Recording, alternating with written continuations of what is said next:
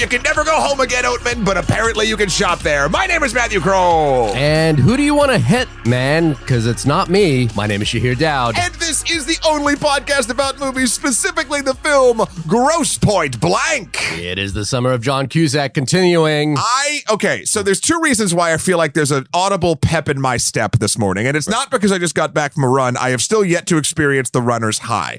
What it is twofold, really. One, we are banking episodes, and today we're going to talk about what might be truly, Shahir, in my top 5 films of all time. This was the movie that Rob from High Fidelity would have ranked. I think so. I don't know where it fits in there, but that's one thing. And two, this is your top 5? Yeah, of all time. This is a film. Do you have Letterboxd? No. So you don't have a top 4 on Letterboxd? No. This would definitely be on it. Top 4 or top 5? Top 4. Oh, then I don't know. Really? I don't know where this sits. But my point is, this is one of my absolute favorite movies, and it's been since I saw it forever ago. And the second reason why I think I'm a bit more energized this morning, not also because you got me a lovely coffee, was that we're recording in the morning. Okay. And we very rarely get to do this. Yeah. And I do feel like sometimes, at least, I don't know how you feel, but on my end, at nights when we do this like at like 9:30 or 10, I'm like, okay, we're gonna do it. And it takes me a second to get into the flow of the show. Yeah. No, fair enough. I get that. It's a tricky thing with my schedule because I gotta go to the office and then nights we have to wait until the kids are asleep. So this is one of those rare ones. Also, as we're recording this, as we're playing this back, you have probably gotten married. I've gotten married at this point. Yeah, this is the reason why we're doing these banked episodes. We'll probably have to bank a few for the summer of Cusack, as it was going. Are we going to do Con Air? I think so. You're going to do that? I think it'd be fun. I also wondered if we should do War Inc. Yes. Because I have not seen it. You haven't? I have not. Oh, wow. And it's kind of like an unofficial sequel to this, right? Kind of, but like in an adjacent sequel. A spiritual? Yeah, spiritual sequel. In a way. I don't like War Inc. as much as this, but I remember seeing it and really enjoying it. I've only seen it once, so we could do War Inc. I have not seen it. If I have seen it, I do not remember it. Yeah. There may have been a glut of those kinds of films back in the early 2000s. But as we mentioned, we are doing the summer of John Cusack for no reason other than we were just picking films that we liked. We started with High Fidelity. We moved on to Grosse Pointe Blank and possibly Con Air, I think, after this as well. Maybe we'll just continue this as a whole trend. Write us in at onlymoviepodcast@gmail.com if you like us picking one actor and working our way down the line. Because the thing about John Cusack that I'm a little bit sad about is that he's still working today, still making movies. Yeah. But not the, not even the sort of venerated elder statesman that comes in and everyone respects and stuff. He's doing like B movies these days, which is, look, it's fine. I'm sure he's living a great life, what have you. But I wondered, look, the thing that's happening right now with Tom Cruise, for example, there's a big campaign going on for his movie Role in Digger. You know, it's kind of the campaign for Digger is going to be like a retrospective on Tom Cruise. And I'm like, where is the retrospective that we need, or the sort of sense of reverence that like someone like John Travolta got with Pulp Fiction? Sure. Where is the thing that brings John Cusack back into the fold in terms of like, wow, this guy was a great movie star, is still a great movie star. Even Brendan Fraser, right? Like Brendan Fraser coming back in. Well, I think, I don't know. Where is that for John Cusack right now? So I have a half-baked theory. Okay. And that is that the two people, like even Tom Cruise and even Brendan Fraser, although I'd say more Tom Cruise. Tom Cruise is a different animal. I know, but I think the reason why Tom Cruise has a sort of the survivability and thrivability, I guess you'd call it, is even through his advanced age, he hasn't become elder statesman. He's still doing Mission Impossibles and things. And now I know they're trying to transition it with their other stuff and whatever. John Cusack is someone who I think their greatest strength is sort of like youthful to like younger middle age characters. Like I feel like there's a certain pep or a certain obstinance or like just like Gen X, I'm not gonna move, you move kind of vibe to John Cusack. And I don't know how well that translates into older characters. And you know what I'd be really interested in doing is finding whatever the most recent John Cusack movie is, even if it's something that's unimpressive. Yeah, and watching that, because I'd love to see just his most recent work. So the last film he did was in 2025, a movie called Fog of War. The movie before that was Downtown Chinatown, 1900, Decoded, Pursuit, Utopia. These are movies that like aren't making, they kind of feel like straight to VODs. And the last film that he wrote, because he's only written 5 films, was in 2013, a movie with Al Pacino called We Are Not Animals, which I have not seen as well. So, look, he's still, oh no, has it got Al Pacino in it? Am I mistaking that? I thought it had Al Pacino in it. It does not have Al Pacino in it. Never mind. I mistook that. So look, I think this was the great thing, and we're going to talk about Pulp Fiction in some degree as well with regards to this movie. But that was the great thing about Tarantino in the 90s. This Pulp Fiction came out in 94, is that he had a reverence for the older movie star, like he kind of found places for the older movie star, or like the movie, the thing with John Travolta was that he was like, this guy's a movie star that hasn't been making great movies.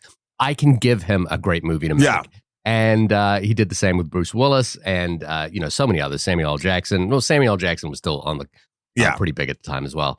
So I would love that for John Cusack. And it's not to say that he's phased out. To your point, he had a very specific cadence for the 90s. I said it on the High Fidelity podcast. He is very much like a cinematic Chandler Bing. A little bit harder on the edges, but interesting. And I think even the way Matthew Perry branched out into movies had a lot to do with how John Cusack did. Think about movies like The Whole Nine Yards or Fools Rush In or something. Those are the kinds of movies that John Cusack would have done. So I think there's something interesting there. But it was also like John Cusack was never like the Tom Cruise leading man kind of thing. Even when he transitioned into something like Con Air or was it 2012? What was 2012? 2012, that movie. While he was the lead of those things, he wasn't like, take control, like in charge, like that was reserved for Nicolas Cage, or Will Smith or something like that. And he wasn't that guy. His better placement was like in the background, making snarky comments about everything that's going on in front of you. But what was cool about him, or what is cool about him, is there's something charming about the way he does it as well. Like Chandler Bing or Matthew Perry can get a little grating at times. Yeah. And there's enough intelligence behind the eyes kind of going on with John Cusack where it's like, yeah, this guy's really smart and he knows it kind of thing. At the same time, the High Fidelity character is kind of the worst iteration of that. It's the guy who's aging out of this and is also like, this guy's probably the worst to be around in actuality. It's fun to watch for this movie, but I know that this guy's probably the worst, which is why his relationships don't work out. So I think I'd love to see what John Cusack is doing today. And like, and I also love that, like as a pairing, John Cusack and Joan Cusack. Oh my God. I think they work so well together. And it's like, I would love to actually see both of them kind of coming back because she's such a great foil to him as well. And I think she's great on her own as well. So it would be, like part of the summer of John Cusack that we're doing right now, which is just, picked at random, is just a love letter to like this guy who meant a lot back in the 90s. But do you want to tell us a little bit about Grosse Pointe Blank and your, obviously coveted history with the film? Well, so the Internet Movie Database does say that Grosse Pointe Blank is, quote, professional assassin Martin Blank is sent on a mission to a small Detroit suburb, Grosse Pointe, where by coincidence his 10-year high school reunion party is about to take place. That is what happens, I suppose. This is a movie that I guess I was in high school when it came out. Right. And this movie, when I saw like a trailer for it, I was not enamored with it. I was just like, oh, okay, it looks like a romantic comedy. Right. But then and it is. It is. But also I eventually saw it, I think my senior year, just I think someone I was dating at the time liked it and we rented it and we watched it. And I was like, it fit. I've grown with this movie a lot. It fit like what a senior in high school thought was like cool and not edgy, but like romantic in a weird way, like in a weird like sort of. It is and it isn't, right? It is until the end. Yeah. It is a romantic kind of idea. Yeah. But I don't know if I would call what happens in it terribly romantic based on, well, some of it is, but the other things around it rip you out of it. If this was ever in a real life scenario and not a film, it would get a lot messier. Like this that's an interesting thing because I think the actual interplay between him and Minnie Driver's character, Debbie, is romantic. Like it is this, like, you know, like going back to your old high school sweetheart, the girl you walked out on. I think the thing that makes it challenging is that her reaction to him is not necessarily realistic, other than, you know, like she happens to be in the right place in her life in terms of like wanting to know about him, and he obviously left a big hole in her heart because he walked out on her during senior prom. Yeah. So they kind of get to revisit those steps. But the movie is not really interested in mining any like serious pathos around this idea. It is a fun romp. The way it's interesting that you mentioned you rented the film because I think that's also the case for me as well. There's a couple of movies like this in the 90s where these were not like the A player movies, you know, like you got to go see Pulp Fiction, you got to go see, you know, like Con Air or something like that. The Grosse Pointe Blank was one of those ones where it was like, oh, have you seen this thing? And you would generally rent it on VHS or DVD or whatever it was, and it was like, oh, this is really good. The other movie I'm thinking about is Zero Effect, the Bill Pullman movie, which was like a detective movie, and you're like, oh, this is not a movie that like played in the theaters, particularly in New Zealand. You know, New Zealand's the stream of things that are coming into New Zealand tend to have to be the biggest things that were playing in the United States. So while I think Grosse Pointe Blank played in theaters, it was generally one of those ones that everyone picked up on VHS at some point and started watching. And then there was an interesting thing for me, which was that it is kind of the B side or the B version of Pulp Fiction in a way. Like there's this sort of like, it's the kind of kindness to Pulp Fiction's Poor Things. Even less so than that, because but you know, like there was sort of it's hard to overstate how significant Pulp Fiction was and how much there were copycats of Pulp Fiction that came out after. I'm thinking about like 2 Days in the Valley or something like that. Movies that like really played, you know, the thing that Tarantino did so well was the existential hitman. You know, like the idea of this like criminal who's having an existential crisis. Obviously, The Sopranos kind of comes after that as well. And you know, and maybe like a precedent to this movie is also Leon, the professional. The professional as well. You know, like the hitman having the existential crisis. And if you go even further back to like Jean-Pierre Melville's Le Samurai and, you know, Circle Rouge, you get that sort of same interesting sort of dynamic about it as well. But this is, but Grosse Pointe Blank sort of fits into that category of like what comes after those films, comes after Pulp Fiction in terms of like, I saw that, I think it's cool, I could do my spin on that. And it is the lighter version of it, but it's really good. Yeah. Like it's the thing about Grosse Pointe Blank is it's endlessly rewatchable. It is filled with this sort of stellar performance from John Cusack at the beginning, who's also writing the script alongside Tom Jankiewicz. George Armitage, I think, did some writing on it as well. And it is actually surprisingly, in a way, more accessible than something like Pulp Fiction, which is Pulp Fiction in a way is setting out to, whether inadvertently or not, to transform the cinematic landscape. You know, and it does that. Grosse Pointe Blank is like taking the sort of skill set or the sort of major lessons of that film and kind of making it much more accessible and not, you know, for it can kind of feel like it's cashing in, but it's great. It's really, really great. It is so much fun to watch. It's got, I think, arguably better needle drops than High Fidelity, the music about the movie. The DNA between this and High Fidelity is really fascinating because Debbie, to me, is who Rob wants to date in High Fidelity. Kind of. You know, like she's his dream girl. Yeah. She's literally the DJ at the local radio station. Yeah. And then at the same time, this movie comes out at the same year as Romeo and Michelle's high school reunion.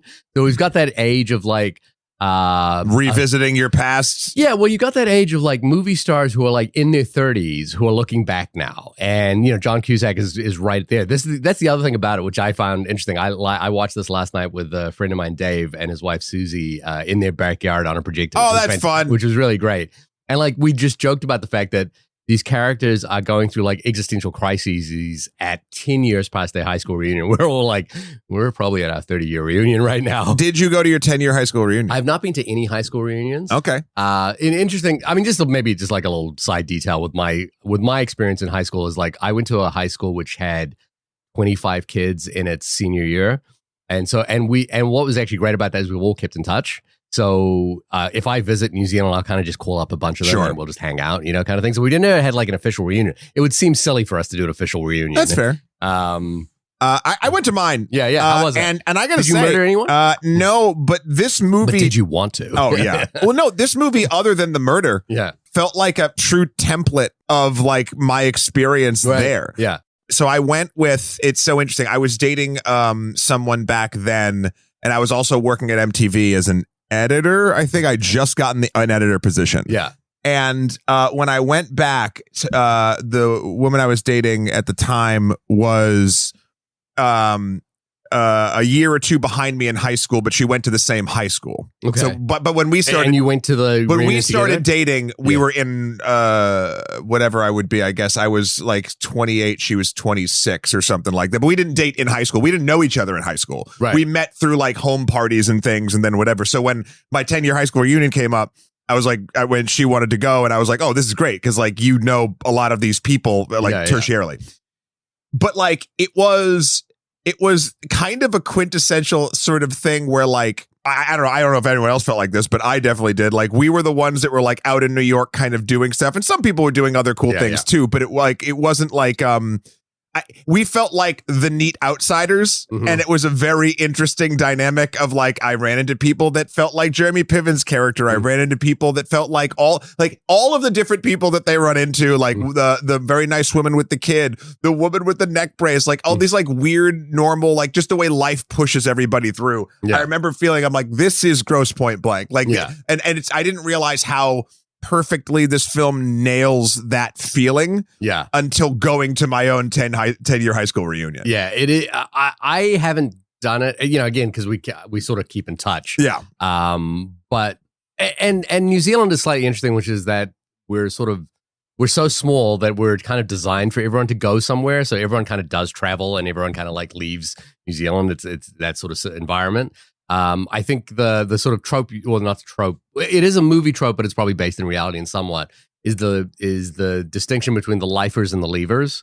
The lifers are the people who stay in the city that you went to high school in, have kids, kind of, sit down roots and what have you, and kind of just live their lives. And then the leavers who like go on to other places and then coming back. And that's what this movie is essentially about. And what I love about watching this again now, a couple of things. Again, it does feel like a sort of B version of a Pulp Fiction or something like that, but like in a great way. I'm saying that just because in comparison, like there's even a Pulp Fiction billboard in the movie. Yeah, like that gets shot out at some point, and they in the convenience store. It's a standee. Yeah, it's all of Uma, John, and Bruce, they put that in knowingly. Like they were like, we know we're going to get compared to that at some point, but we're sort of in our own lane in the Ultimart. Yeah, but what's great about this film on rewatch is how well fleshed out every single character is, even like B players or C players that come in for like one. Gina Elfman's in this with the neck brace, and she's got a whole story, a whole backstory. It kind of feels like they gave everyone like almost that sort of Second City improv based on this, and that's this is your thing. You've had an out of body experience. Go. And Cusack is like game to like play with all of this. Like even the guy my quote at the beginning is like, "Who do you want to hit, man? It's not me." The guy, the sort of school bully who's like sucks, and who comes in and he wants to start a fight. And Cusack's character is like, "Well, look, I don't, do you really believe that there's no us? There's some like hidden beef between us, but there is no us?" And then suddenly he's like, "You should find out another way to express yourself." I'm like, "What's this?" And he pulls out a poem and he starts reading it. And it's like this B character whose essential plot point, from a story mechanic point of view, is really there just to be like, oh, this is the reason why Cusack left, because he knows if he stays, this is the world he's going to live in.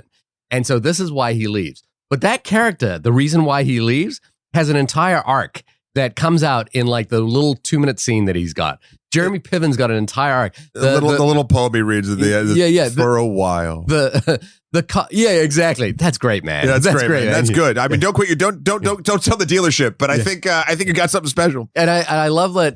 What's also really cool about that in terms of like how the movie understands how to play that is Minnie Driver's watching that. Yeah, and she's trying to assess how much has this guy changed and is he interesting enough.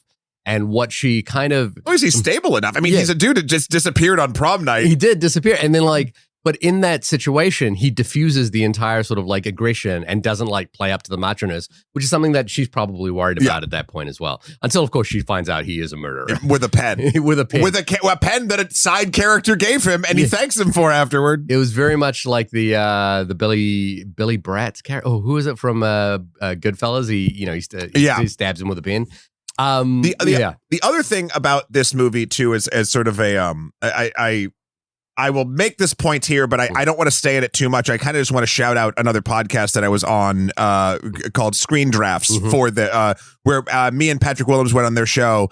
And if you search for the action comedies episode, basically Patrick and I had to pick our top sort of 7 of all time action comedies. Yeah. But the draft flip flops back and forth. I believe it goes the first person could pick 7, 6. The next person picks 5. The next person picks 4. The next person picks 3, 2, and 1. And the way it all worked out, I got to pick the number 1 on their show, right, action comedy, and I chose Grosse Pointe Blank. That's a great choice for action comedy, and it's funny because it's funny even on the show. And listen, action comedies you could define them in a lot of different ways. Yeah, but I got a lot of but a lot of pushback. Okay. But I felt like by the end of the show, and I don't want to ruin the argument. You can go listen because that's not what this is about. How long ago was this episode? Like an hour, a year ago. Yeah, you can ruin it. No. I don't want to dive into it too much because it's sort of a deep thing. But I feel like I was able to convince a room full of people and a lot of listeners that it did belong in the number 1 spot. But I had a blast. Please go check out their podcast. It is a lovely time. Yeah, Grosse Pointe Blank. Mm-hmm. For me, I feel like the reason why it is so special, this feels like a movie that could fall into a million different traps of just being like, eh. Yeah. And I think because of the writing and the performances, it deftly maneuvers around any sort of possible error. Like Martin Blank's character. Also, I just love, this is just a dumb writing thing. I love that every character not every character, a lot of them have the names of the movie and the place in their character name. So Martin Blank, Grosse Pointe Blank, they're going back to Grosse Pointe. Dan Aykroyd's character is named Grosse. Right. There's just all these different, it's all this weird sort of dancing around the same words. Yeah. I feel like this movie ends up making this so strange, but truly making you root for a guy who's super fucked up. Yeah, I mean, but he's the hero of the movie, and he's the he is the one suffering the existential crisis. And also, what's great about the writing here is he gets to we do get a real clear sense of what happened to him to get him into this position. There is an entire backstory here of him joining the military, taking psych tests, and realizing that he demonstrated psychopathic behaviors that were also enabled him to be. To join a CIA program for contract killing, or not for contract killing, but for specialized operations, which then led him to going out on his own. And then he meets a sort of cavalcade of other characters, particularly Dan Aykroyd's character, who is also in this world. And I love that. One other thing about this film that really, really works well is that. And I want to credit George Armitage for this, as a director. The only other film of his I've seen is Alec Baldwin, is the film with Alec Baldwin, Miami Blues. But this is a movie which clearly could tonally go off the rails. Yes, that's kind of what. There is so much. There's so much detail involved in the actual plot mechanics surrounding the hitman. So Dan Aykroyd's character Grossman Grosse is trying to set up a union because he wants to organize, and he's what's happening at the beginning of the film is that all the hitmen are being called for the same gigs, and so they're all kind of crossing paths with each other. So his idea is we're going to join a union. Unfortunately, that means he's going to be the president of this union. Are there going to be meetings? No meetings. And there's so much opportunity for that to become the Jules plot in Pulp Fiction, the Jules and Vincent plot in Pulp Fiction that has to do with everything that's going on in this underworld. It's like the John Wick of this whole thing. Yep. But it's kept at an arm's length so that it is just funny. And Aykroyd and Cusack here are so good. Yep. Like they're so good together. You know, like there's that like sort of wonderful thing when they come up to walk to each other and they just keep a gun at all times. You know, like we're going to have this conversation. We're going to joke with each other. We're going to talk about the drugs we're taking. We'll talk about our anxieties and what have you. Hey. But at any moment, I could blow you away. Hey, I don't do it. I ingest it by orders of my neurophysiologist. Yeah, exactly. But would you like some? Yeah. I like the one of my favorite throwaway lines, and all they do is these beautiful throwaway lines. Is when they order breakfast. And she's like, he goes, I'll have an egg white omelet. What would you like in the omelet? Oh, nothing in the omelet. Well, that's technically not an omelet. Look, I don't want to get into a semantical argument about the subject. I just want the protein. Yeah. And it's just, it's this whip smart conversation. But like, one of the things I think is so hard, and I don't know why. I mean, I guess I do because it takes a long time and you have to be an excellent writer. But like, when you have characters in a film that are supposed to have a history. Yeah. Like, John Cusack's character has a history with, I would say, every character he runs into here.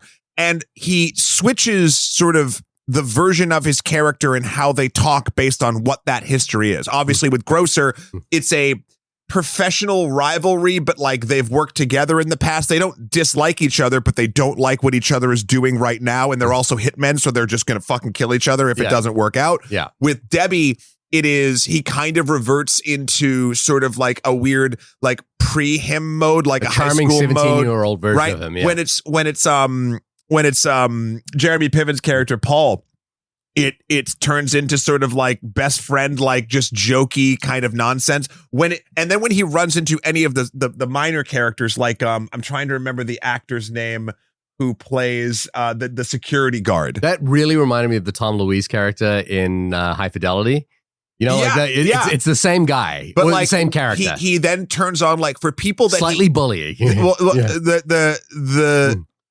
people that he runs into that I think he thinks are worse off than him. Yeah. He kind of turns on like almost like a parental kind of kids gloves kind of thing. But then when he goes like, so there's two moments in this movie that absolutely do not need to be here, but they strengthened the entirety of his character arc infinitely. Actually, three. Yeah. It's before he goes to Debbie. It's before he goes to the radio station, just going around town. Right.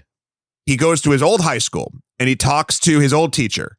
And there's, you can, like, that you moment. Still got that Mary Tyler Moore thing going on. Yeah. Like, you saw you that, like a mortician. Yeah. But you saw that, like, they had a playful, like, sort of friendship as much as you can as a teacher and a student. He might have, like, had a thing for her back in the day and being flirty or just being a kiss ass, right? He is so good at every scene that he plays right there, like he does with Minnie Driver, which is like, he could suddenly break into a kiss with this person and it would make sense. And he goes, and my favorite moment in that when he's like, so what are you doing while you're in town? He's like, oh, I'm going to go home. And she goes, are you? Yeah. And like, and that's right before the Ultimart reveal that his house was sold and turned into a convenience store.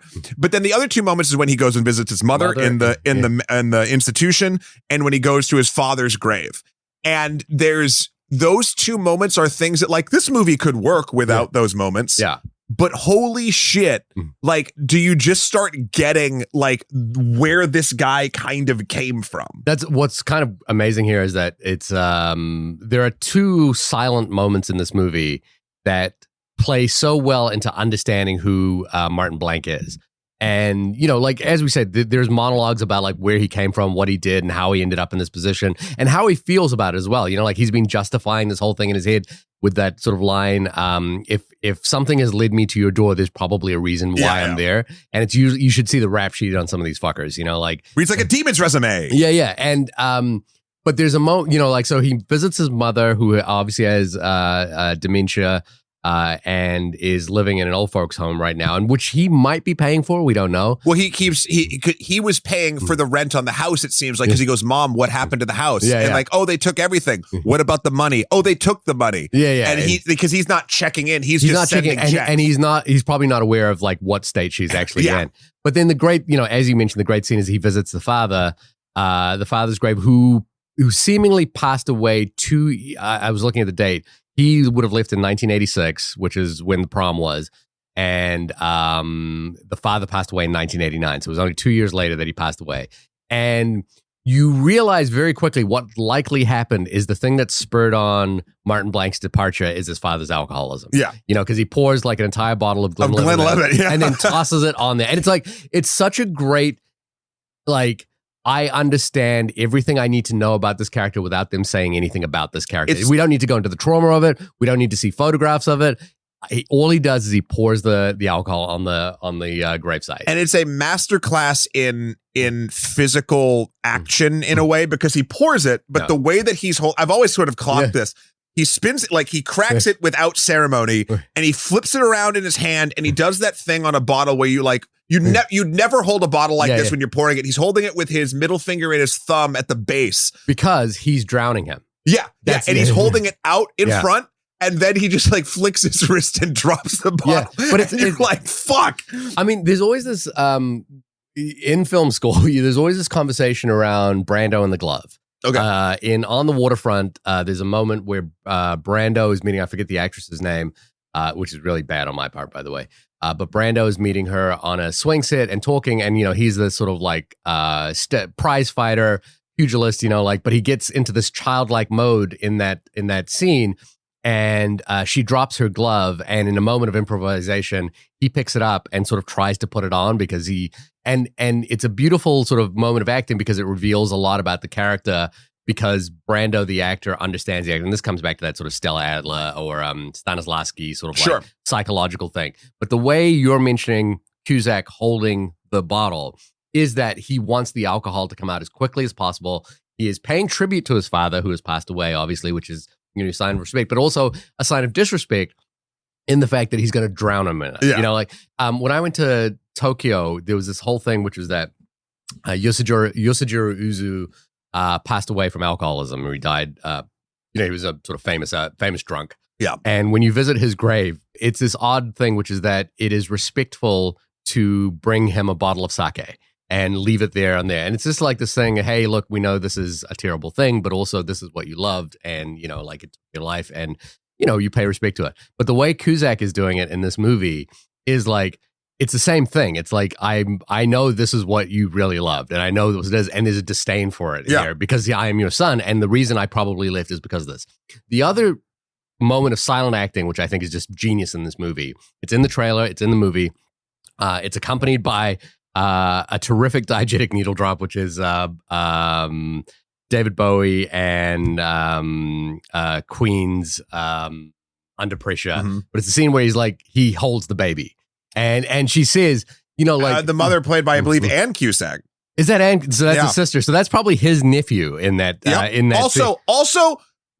I stand by this. Kid. The cutest baby ever to be filmed. Quite possibly. It is insane. Yeah. It feels like and this is obviously very much before this, it feels like an AI baby. It's too perfect and too cute. And it is. Been around a lot of babies. Babies are all beautiful. No, well, I didn't say they're not, but this is the cutest baby. You will. It's funny. No matter how many children I have, Shahir, the baby in Grosse Pointe Blank is the cutest baby that has ever been. When we come to your house, like in your 60s or 70s, there's going to be like this line of photographs on just that baby. And then right at the front, there's going to be like a large frame portrait of that baby. There's the back and forth cut between that baby's face. Like they must have just caught it at the perfect time. And John Cusack tilting his head. But the thing is, it leads into the existential crisis that he's having, which is that like he is trying to decide what his future is at this moment. And he asks her at that time, like, how is it? Because I hear it's terrible. And she's like, no, it's the best, like it's the, and, every parent will tell you the same thing, which is that it is the worst in so much as you are exhausted, tired, you have no idea what's coming at you. My biggest thing that I was talking to a friend, Brandon Ripley, about this, is like the sense that your time is no longer your time. Like your time doesn't belong to you anymore, and that is like a really hard thing to kind of like square away, and you can see all of that in her response. But then she hands him the baby, and he stares at it, and it's like smiles, and it's like, oh, this is the reason why. And it is like, oh, could I envision a future for myself that is different to what I'm living right now, where joy is actually a central tenet of it? Because so much of what he's been doing, like to the the Filipino twin hitmen who like with the stabby things and stuff like that. I killed the president of Paraguay with a fork. How have you been? You know, like all that sort of stuff. Could there be a future for me that doesn't involve death and misery and the worst of the worst? And it's like what's great about it is the movie doesn't stop for it. The movie doesn't slow down for it. It just is like, it's this little moment in there and it continues on. It's beautiful. You know what's I'm going to back up for a second. Yeah. We talked about this a little bit, but I think it all ties in. This is a movie that does not suffer from the sort of, and then this happens, and then this happens. Because I was just sort of tracing it in my head, right? Yeah. Like every piece, even those scenes we were just talking about, connect together. Yeah. He gets back to town. He goes to the high school. He sees his teacher. He says he's going home. Yeah. Are you? They go to the Ultimart. Yeah. He freaks out because his house is turned into a convenience store. Yeah. He then calls Marcel, his assistant. He's like, "Where's my mother? Find her. I want my mom." Yeah. He goes to see his mom. His mom says, "Oh, I talked to your father the other day." And he goes, "I imagine that would be difficult." Yeah. Cut to the graveyard. He goes to this. And every moment between this, even though there's some happenstance to it, there's always a reason for it. And every piece ties together. He goes and sees Debbie at the radio station. That ties into the two hitmen played by Hank Azaria and K. Todd Freeman, like basically calling in and fucking with them that Grosse has hired to basically wait till he does the hit and then take him out to get him off the board, even though Grosse is like trying to play up him wanting to be part of the team. He runs into Jeremy Piven, who is his old best friend. They drive around the neighborhood and Jeremy Piven goes, "You been back to the house yet?" "Yeah, sorry, that was me." And like they go into just a moment of like, he's like, "I tried to get a family in there. Ultimart made the best deal." And it's lines like that that make like the connective tissue of all this makes the world in a fantastical and kind of silly situation filled with sort of slapstick and hitmen. It makes the entire world feel absolutely real. Yeah. And it's something that does not stop. Right. Like everything is connected. Every character, the balancing act that the writers and the director did for this to make it all make sense is kind of insane. Even Benny, I can never pronounce his last name, or Urquidez, the Felix Lapoubelle, the little hitman guy. Oh yeah. And I love, they refer to him as the ghoul. Yeah. And what's cool that, again, this is coming back to that thing about what is Martin Blanc looking at when he's looking at that child is like, there is a world for me that is possibly for me, and can I get there, that doesn't involve ghouls, hitmen, FBI agents, abandoning my, the love of my life, because she is the love of his life as well. He's had recurring dreams about her for the last 5 years, every night for 5 nights a week. I think the movie has a real clear handle on the existential dread that he's got. And it's different. And again, it's different to Jules and Vincent in Pulp Fiction, which is that they are still very much embedded in the world, and the world is deadly serious in that film. Here, the world is, it's Dan Aykroyd, it's popcorn, it's it's Boudreaux. Yeah, it's Boudreaux the dog. It's the also dog that accidentally got detonated. Boudreaux the dog is a name that is a reference to another movie, or is either Boudreaux's coming for you.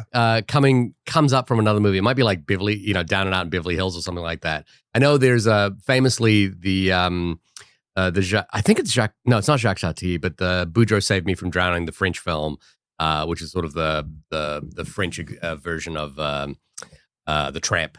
It could be that, or maybe that was Boudreaux Saved Me from Drowning. Yeah.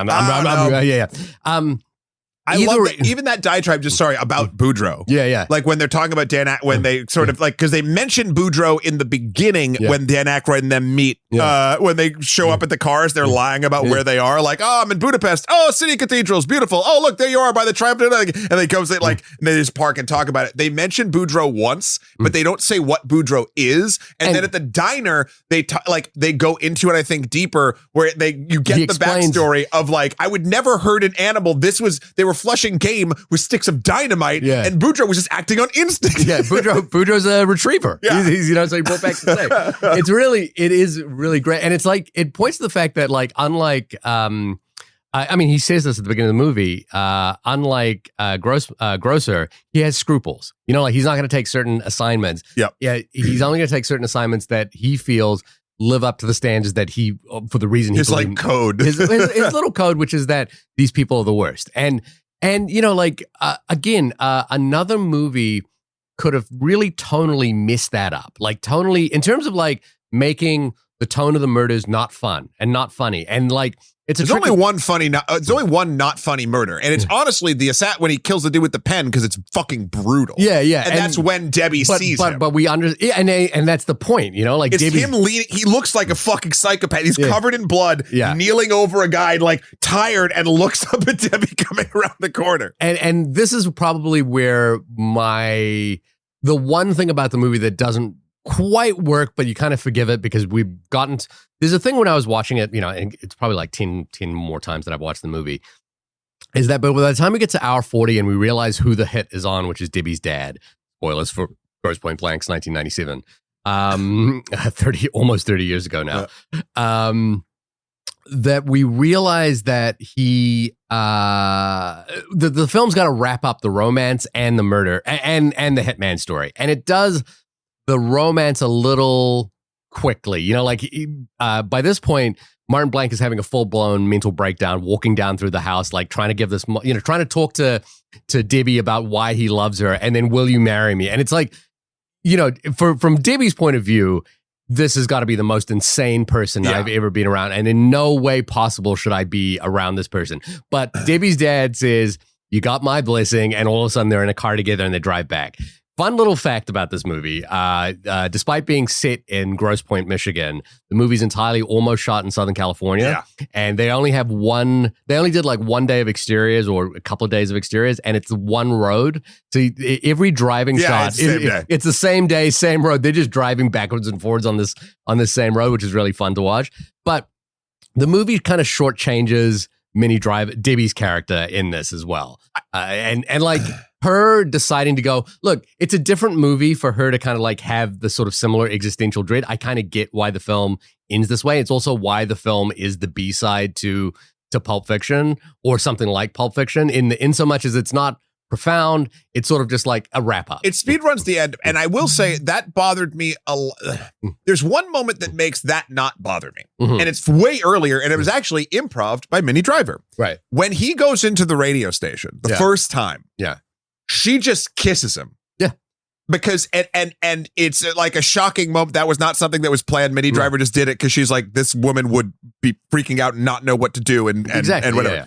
And I think that moment shows the sort of the ability for, because this person, these two people are right for each other in this world, the ability to move in a way of reckless abandon in a sense. Like that was sort of the precursor to me understanding why I'm okay with the speed run ending. I actually don't believe that she is destined to be with him where he is the love of her life. I don't think it's destined. I think these people fucked each other up and now they're like they're connected. I think what it feels like to me in that scene is that like for the last 10 years, she says this as well. I have stayed up every night. I had to go to therapy to think about like, what did I do wrong? And she had a life. She got married. Yeah, she got married and divorced and what have you. And like, that's why she's living back in her dad's house. But in the end, he comes back in, and it is this exhilarating rush because he is,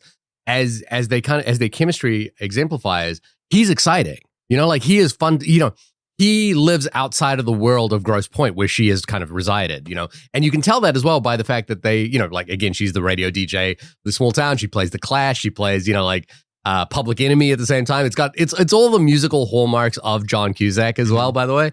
But also, when you go into her bedroom, it is still hung up with posters of The Clash and what have you. Posters on wallpaper, which is a choice. What is a choice for a 30-year-old woman? You know, like, and so she's in a kind of state of arrested development as well. And I think that moment when he walks in is like this like wish fulfillment rush of like the person that walked out of my life. I wonder what would have happened if he'd actually stayed, suddenly comes back in. And I think she's just like overwhelmed by it. I don't think, to me, that is the reason why they should be together. To me, the reason or why the ending works. I don't want to put judgment on should they be together or should they be together. It's the reason why I'm why I think it's true to the characters that she'd be like, okay, and they'd both be like, okay, like whether or not it's healthy or not, I'm not gonna say. I don't think it's healthy. And at the end of the movie, when they drive off and he's like taking a photograph of her and she's like all happy and everything, I'm like, yeah, look, I don't think this quite plays, but whatever. We got to get out of the movie at some point. I think I'm okay with it because they both are damaged in a way. And like, again, it's not like the healthiest decision, but it is a decision. I think there's two other sort of elements of this movie that I find very interesting, especially in Martin's sort of journey. Yeah. And the first one that I want to talk about is Oatman, the therapist. Yeah. Because Alan Arkin. Yeah.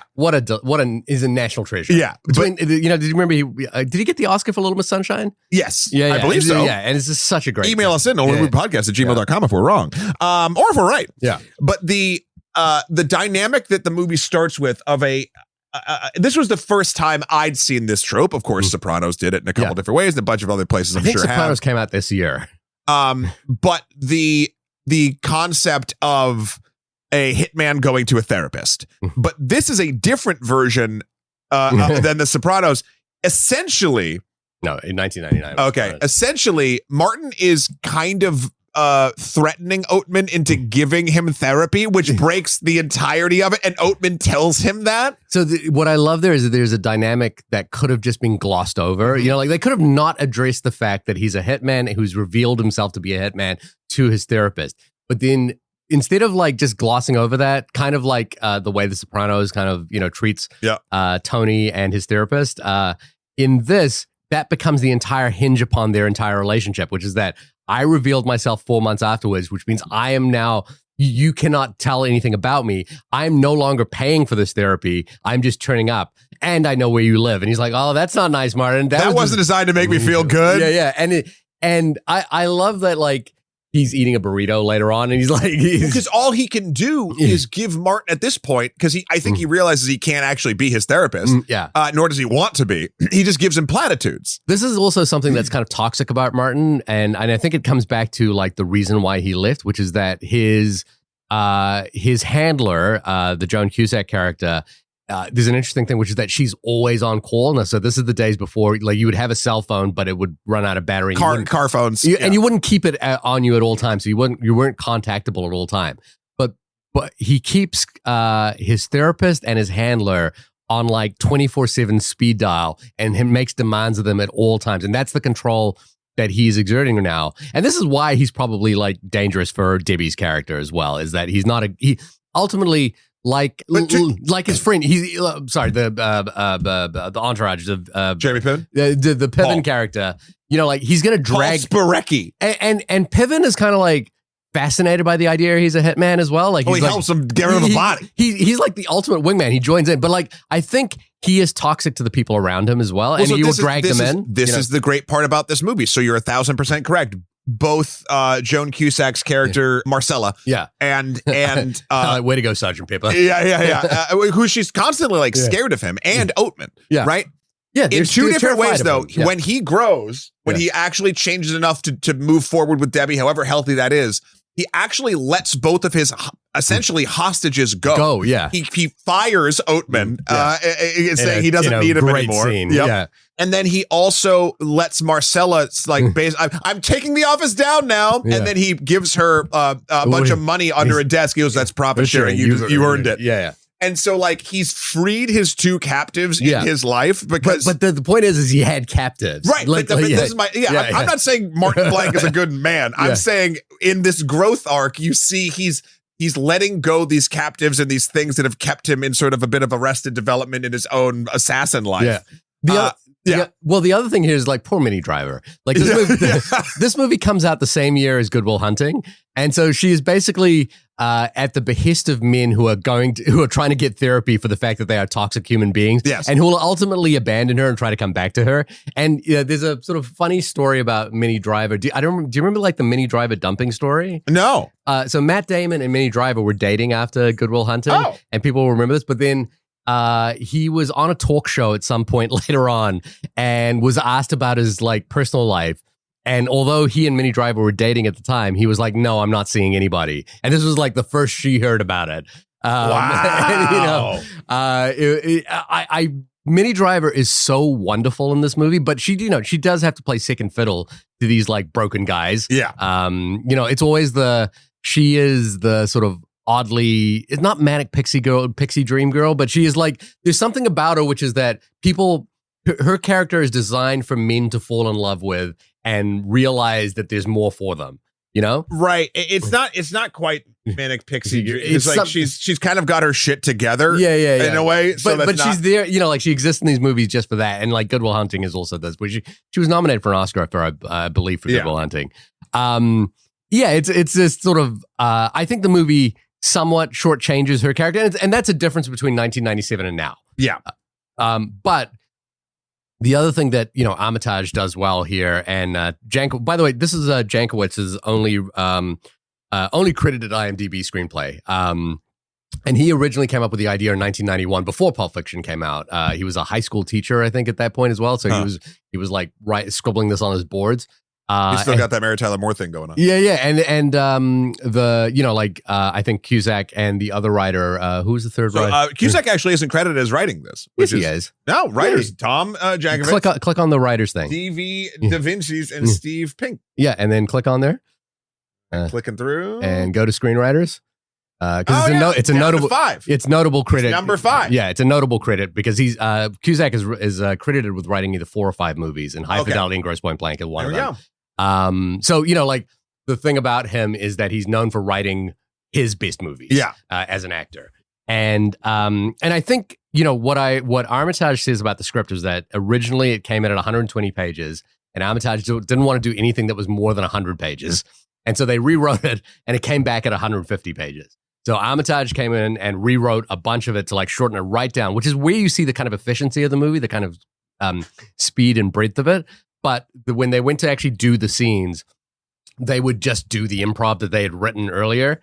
And Armitage was like, well, let's shoot essentially 3 ways. Yeah. And so he would shoot the whole film, like every scene. Subdued, a little bit over, and then over the top. And also just do what you think you do. And Cusack is the producer and writer on this as well. So he's bringing the star power to it. He's also selecting these people. And I think, it's a smart choice. He's good in this role. And it's one of these things that can be really tricky for an actor-writer in this situation, which is that a situation like this can really easily spill over into a vanity project. But Cusack is writing to his strengths, and it's making him a better leading man because we kind of identified in something like Con Air or 2012, he's actually a better side player. Right, but this is the best version of him as a leading man, and same with High Fidelity. So I might push back a little bit on that. I think he's better as a leading man, and he kind of just goes into the scenery as a supporting character. Now that doesn't mean that the project itself isn't helped by it. I think what I mean is that he, as a leading man, he needs the material to support him. You can't give any script to John Cusack and have him win. It needs to be a specific kind of script, and he can do it. Yeah. I'm trying to think the other, like his other, I think after this, a film like Serendipity was where he kind of like, pushed into romantic leading man. And it was fine, but it's not, like it didn't change well. And then, the other thing is he probably missed the superhero boat like by a few years at this point as well. People like Hugh Jackman came in a few years later and could leverage something like X-Men into other, romantic roles, and then Swordfish as well, which is what Cusack tries to do with Con Air in 2012. But I really believe watching this as well is there is a great role for Cusack now, and it could be something he writes as well. But he's 60 years old now. He still looks the same. I imagine he delivers the same. I'd be really interested to watch the films he's got there. I think we are hard due for a Cusackisance. Like we've had a Cage renaissance, we've had a Matthew McConaughey renaissance. I think we're well due for a Cusackisance. Okay. Like I would happily line up for whomever finds a really star-turning role for John Cusack at the age of 60 right now. And like who reminds us all that John Cusack is a major movie star. Sure. Listen, or we just get Grosse Pointe Blank 2 This is War Inc. Yeah, right? it is and it isn't. Yeah, like yeah. I think War Inc. And we could talk about it later too. War Inc. From what I remember, it's just not as memorable. Yeah.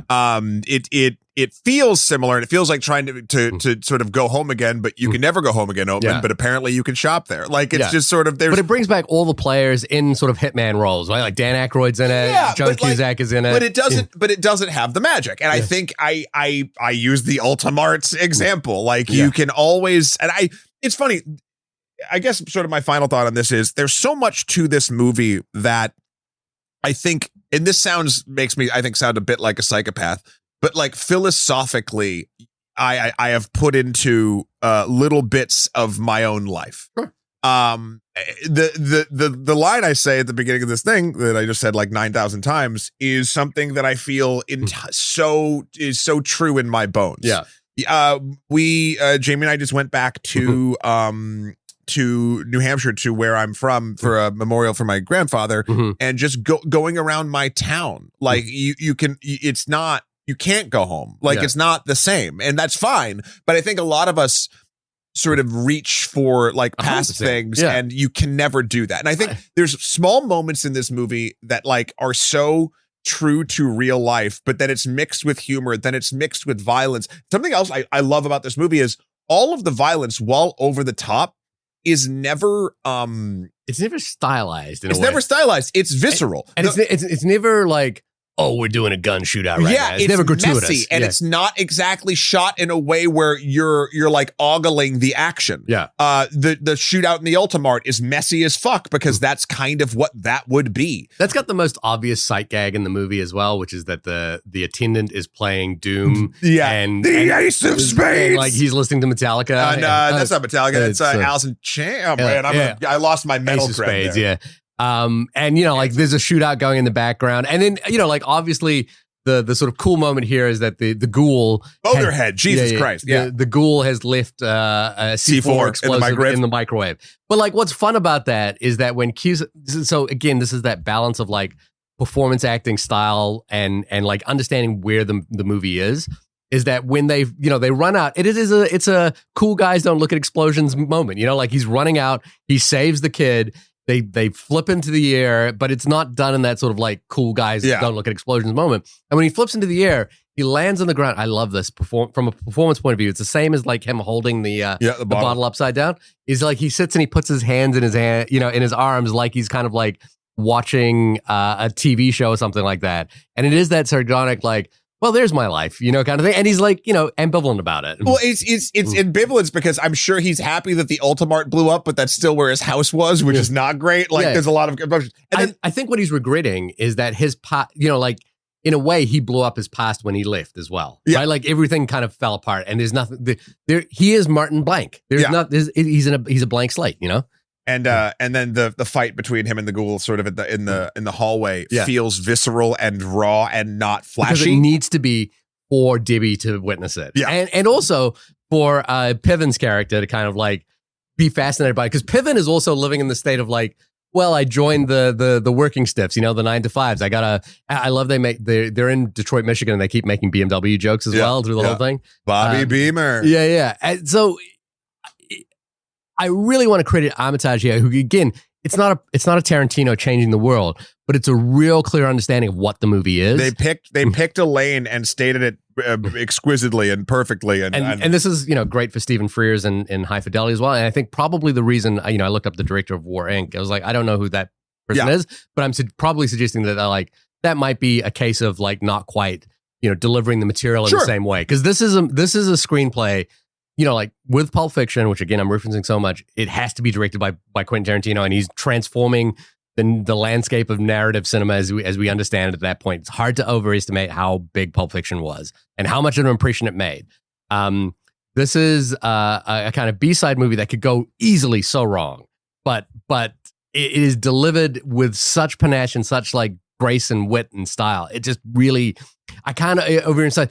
Also, it doesn't feel like there are movies like this today. No. Right? Like, there's no movie like this where every character is fun to watch. Yep. And has, like, an arc. And, like, is not everything connects in a smart, not forced way. Like it's just there's so many plates being spun here, and it's genuine pathos as well. Yeah, right. Like it's genuine pathos, but not like lingered upon. It hits on every level, and that is why truly this movie is one of my absolute favorite films of all time.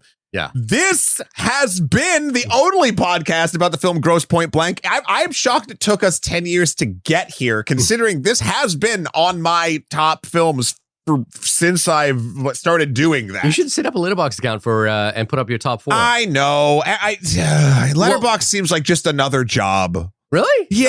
Oh, it's fun. I like it. And no, I'm not saying it's not fun. Yeah. It's just one more thing to keep up with. Maybe it's also it's the least demanding. It's not like you don't scroll it going like envy at what are other people. Maybe I'll ditch another social platform and do Letterboxd instead. Well, fun story that we can talk about here is that we were both on the red carpet for a movie prior to the recording of this. I don't know if we'll do that episode yet. But like, one of the fun things that happens is that people, Letterboxd often appears on red carpets and asks people what their top 4s are, and they have to pull out their Letterboxd. And like, it's always this thing now because people are curating their Letterboxd list, and you'll get young actors who are like, oh, I love personas, like Bergman's Persona. And people will like, drag that person for like having obnoxious taste. Sure. Or, you'll have a kid who says, my favorite movie is Shrek or something like that, and it's like. And then you praise that person for being. But we were on a red carpet and it was like, I wonder if we're going to have a Letterboxd moment here. It'd be like, like if someone asked you what your top 4 is, your Letterboxd top 4. I don't have I don't have Letterboxd. But you would have one. Sure. Grosse Pointe Blank. Sure. Right? Yeah. But I don't know. Anyway. Next week, I think if we're continuing down the road, this will be another John Cusack movie. Again, we're recording these all out of order because of travel and wedlock. Yeah. But yeah, it could be War Inc., could be Con Air, could be Serendipity. Could be a Cusack grab bag. Yeah, I mean, email us in only movie pod. Oh no, you can't because we'll have recorded it by then. Well, you can still email us in and let us know what you think about your favorite John Cusack movies or Grosse Pointe Blank. Should we just keep going until Cusack responds to us and agrees to be on the show? I don't know if that will ever happen. Oh so man, do you remember our friend Blake Howard in Australia who did One Heat Minute until Michael Mann appeared on the show? Listen, I mean, it's not like there is a lack of films we could do with John Cusack. So great, right? Con Air is so much fun. Well, we'll be talking about that, I'm sure, in the coming weeks. And until then, please have a wonderful time in your own lives. And you can't go home. But apparently you can listen to us while you shop there. And eat a Twinkie. Yeah. Bye. Bye.